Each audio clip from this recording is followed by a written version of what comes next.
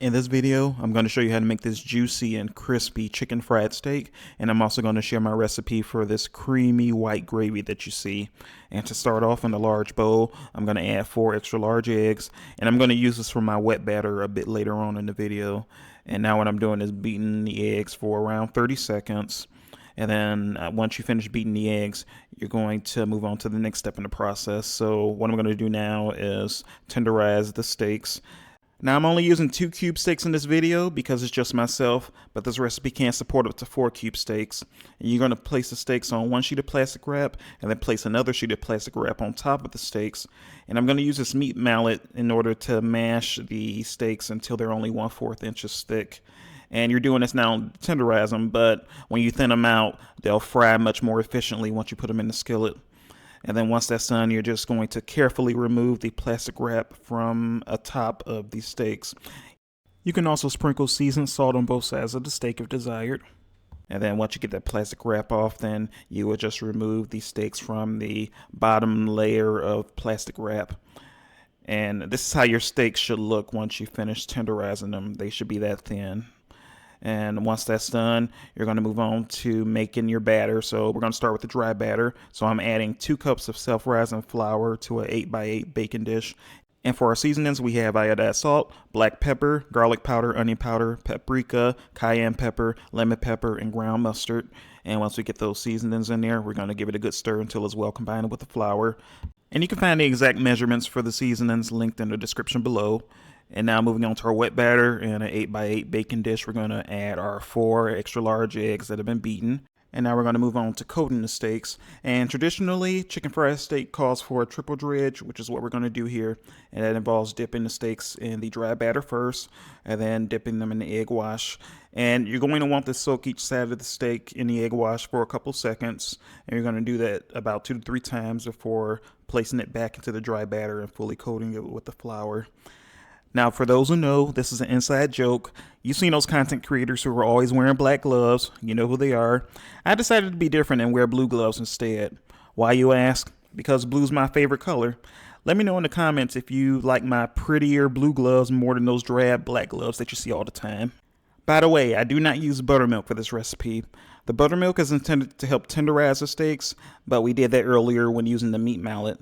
Meanwhile, the eggs are intended to help bind the flour to the steaks.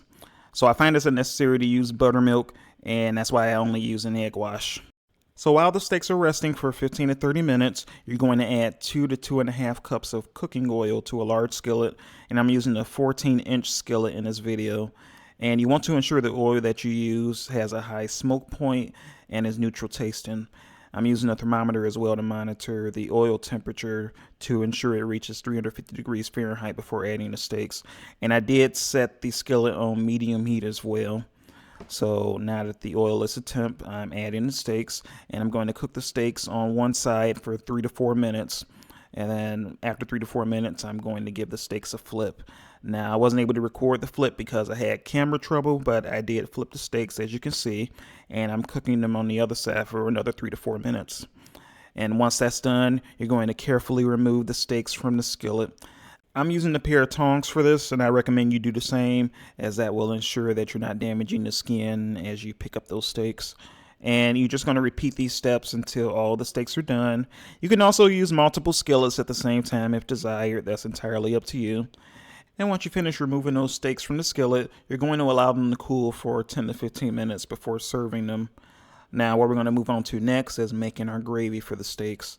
So we're going to use the same skillet that we fried the steaks in. And what I'm doing now is grabbing about 1/4 cup of that grease from the skillet to use for the gravy.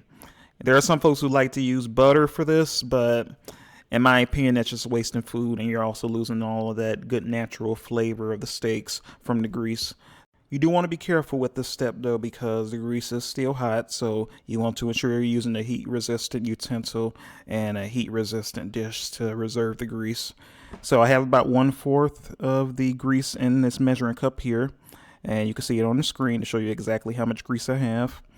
And what I'm going to do now is move on to cleaning the skillet, because we don't want all of this excess grease and all of that gunk in the skillet. So I did pour out that grease and cleaned out all of the excess gunk. And now I'm going to add that reserve grease back to the skillet. And once we get all of that grease in there, what we're going to do next is set the stovetop burner to medium heat. And then we're going to slowly but gradually add 1/4 cup of flour to the skillet while whisking constantly. Now we're using all-purpose flour for this and not self-rising flour. The reason we use self-rising flour earlier for the batter on the steaks is because it contains baking powder, and the baking powder is what gives the crust lighter, fluffier texture. We don't want baking powder in our gravy, so that's why we're using plain Jane flour for this. And again, you want to add it slowly and gradually to ensure there's no clumping, and you want to stir constantly to prevent any clumping as well. And once all of the flour has been added to the skillet and incorporated with the grease, we're going to let it cook in order to get rid of that raw taste and ensure that it's safe to eat. And you're going to let it cook for around 2 to 4 minutes before we move on to the next step in the process. And what we're going to do now is add to the skillet 2 cups of half and half. And you're going to add this slowly and gradually while constantly whisking as well. Now, as a fair warning, as you can see on the screen, as you add that half and half to the roux, the starch will quickly seize up and it will become real clumpy. You haven't done anything wrong. This is perfectly normal. You will just continue to slowly and gradually add more of that liquid from the half and half to the skillet, and it will gradually thin out as you're seeing on the screen. And you're going to keep doing that until you used all of the half and half. Now, most recipes call for using milk to make the white gravy. I'm choosing to use half and half, and the reason why is because half and half has a higher fat content, as it's made up of half milk and half light cream, and that higher fat content makes for a creamier gravy. The other nice thing about half and half is that gravy made with it doesn't take as long to thicken as it would with milk. Once we finish adding in all the half and half, we're going to move on to the next step in the process. I made a bit of a mess there, but that's okay.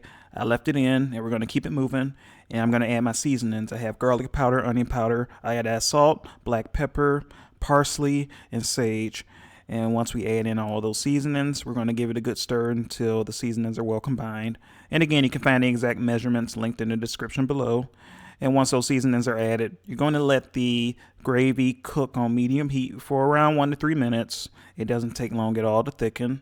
And then once it's done, you're going to remove the gravy from the heat. And at that point, it is ready to serve. You can drizzle as much of this gravy as you like all over your steak, as well as any sides that you're serving alongside your steak. And this gravy will be on the thicker side, which is what I prefer. If you prefer gravy that's a bit thinner, then you would cook it a bit less time, say a minute or less. And there you have it. If you would like to see more of these recipes, please like, share, and subscribe. As always, thanks for watching.